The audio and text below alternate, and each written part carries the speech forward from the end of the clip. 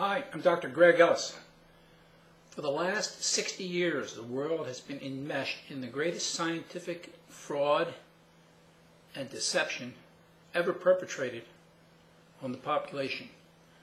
And that deception and fraud is based on the idea that cholesterol causes heart disease. Associated with the cholesterol idea was that saturated fat is involved in the cause of heart disease. And the saturated fat idea has been so drummed into everybody that everybody believes it. They call it bad fat, the bad fat, saturated fat. Now the body makes highly saturated fat from the carbohydrates you eat. I discussed this in an earlier video. What I want to do now in a series of videos is go through the introduction of this idea and show how it became part of the psyche of the people and part of the recommendations made by all our expert committees, the government, nutritionists, and the like, and why they still promote it, despite the fact that there's no evidence or proof that any of it's true.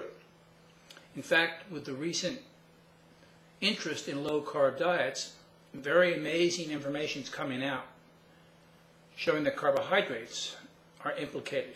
Now, I pointed this out in my book, The Glycation Factor, and we're at a point of a revolution. So I've been arguing that the cholesterol era is now over. It's not dead, it's over. We've got to wait a while till it dies. We've at least put the stake in its heart. And along with the cholesterol era being over, the saturated fat era is going to be over as well, because they're bedfellows, the two of them. So it all started out in the early 1950s when a University of Minnesota researcher named Dr. Ansel Keys published some data plotting the number of heart attacks that people had in comparison to the amount of the amount of percent of calories they ate as fat in their diet. And he plotted 6 countries. And from that he showed that the lowest intake of fat led to the lowest number of heart attacks, and the highest level of fat intake led to the most. Problem was, there were 22 countries available for study. And when one plotted all 22 countries, there was no relationship at all. So the whole thing started out as a fabricated lie. And that then was grabbed up by the American Heart Association and by other researchers and by people in the medical profession and by the people in the food and edible oil industry, people in the pharmaceutical industry, and it became part of the dietary dogma of our times. There was no proof other than his argument that this is what happened. And it took a couple of years for other brighter people to figure this out and publish papers showing the erroneous information that Keys had presented in his work. But this started that whole era off. And the theory became what we call the lipid theory of heart disease. Lipid means fat, so the diet-heart relationship. So many studies were conducted over the years. Billions and billions of dollars were spent. And nothing ever turned up supporting this.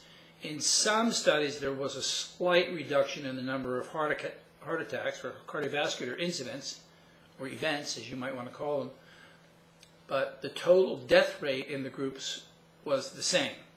So if you didn't die of heart disease, you died of something else.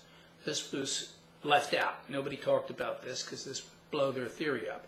And they couldn't have their theory getting blown up because they invested so much money and time and energy into it. And because nothing of substance was coming up, nothing was showing up, they actually fabricated the statistics. They used a statistical technique called relative risk. And I just describe how this technique works on the home page of the Bye Bye Carbs website. So if you want to get more information on that, go there and take a look at that, and you'll see how they pull this stunt off. So that's how that all began, and it just kept growing and flowering and became a juggernaut that rolled everything over in the country. The next step was to entrench the idea in the minds of physicians who really did not believe this information, and that was done in 1985 That was called the Consensus Conference in Washington, D.C., held by the National Heart, Lung, and Blood Institute. And they didn't invite anybody to this meeting who disagreed with the idea that the diet heart theory was valid. They only brought in people who agreed with it, and then ultimately the grant money only funded people who would write and do work supporting this argument. And dissenters were not allowed. People who disagree with it were not allowed to be involved. And that's how this thing kept growing.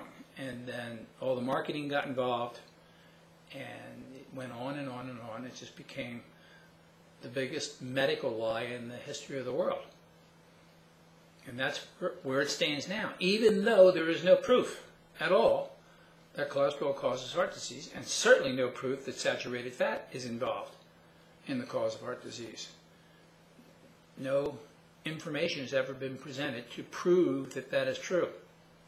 So that gives you a bit of an introduction to how this thing came about. And I want to go through a series of videos describing where it went and how it went along, and particularly where it's at today, and how the whole idea is being proven incorrect, and that there is no value or merit to it at all.